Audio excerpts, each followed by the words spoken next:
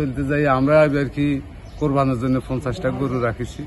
মনে করেন গরুটা যদি ভালো দামে বিক্রি করতে পারি তাহলে আমরা কিছু লাভবান হবো। এবং আমরা গরুগুলার যে ধরনের খানা খাওয়াইতেছি আমাদের কোনো অন্য সাইড এফেক্ট করতে না, কারণ আমাদের এই গরুগুলো যদি আমরা বিক্রি না করতে পারি তাহলে আমার গরুগুলো খামার থাকে যাবে, যে সমস্যা যে না হয়।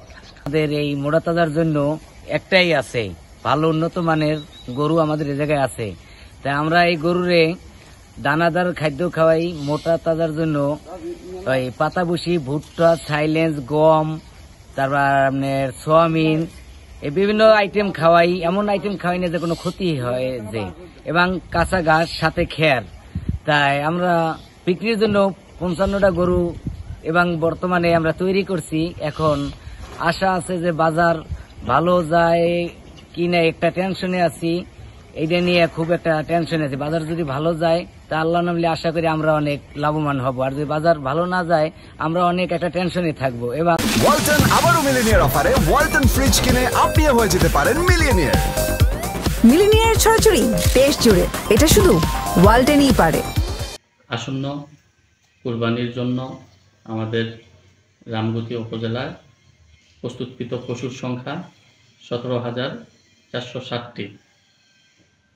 উল্লেখযোগ্য বাজারের সংখ্যা 7টি। কুরবানির জন্য প্রস্তুতকৃত খামারের সংখ্যা 159টি। বিগত বছরের ন্যায় এবারও আমাদের বিশেষ সেবা মোবাইল ভেটেরিনারি টিম তাদের দায়িত্ব পালন করবে। তার মধ্যে উল্লেখযোগ্য বাজারসমূহ কেরামতিয়া বাজার, জমিদার হাট বাজার, আলেকজান্ডার বাজার, জনতা বাজার, বিবির হাট বাজার, রামগতি বাজার, রামদয়ার বাজারে আমাদের দায়িত্বরত লোকজন তাদের দায়িত্ব পালন করবে। আমরা আমাদের মোবাইল ভেটেরিনারি টিমসমূহ 28 তারিখ থেকে আমরা আমাদের দায়িত্ব পালন করব। বিভিন্ন বাজারে বিভিন্ন সেবা এবং আমাদের কার্যক্রম অব্যাহত থাকবে।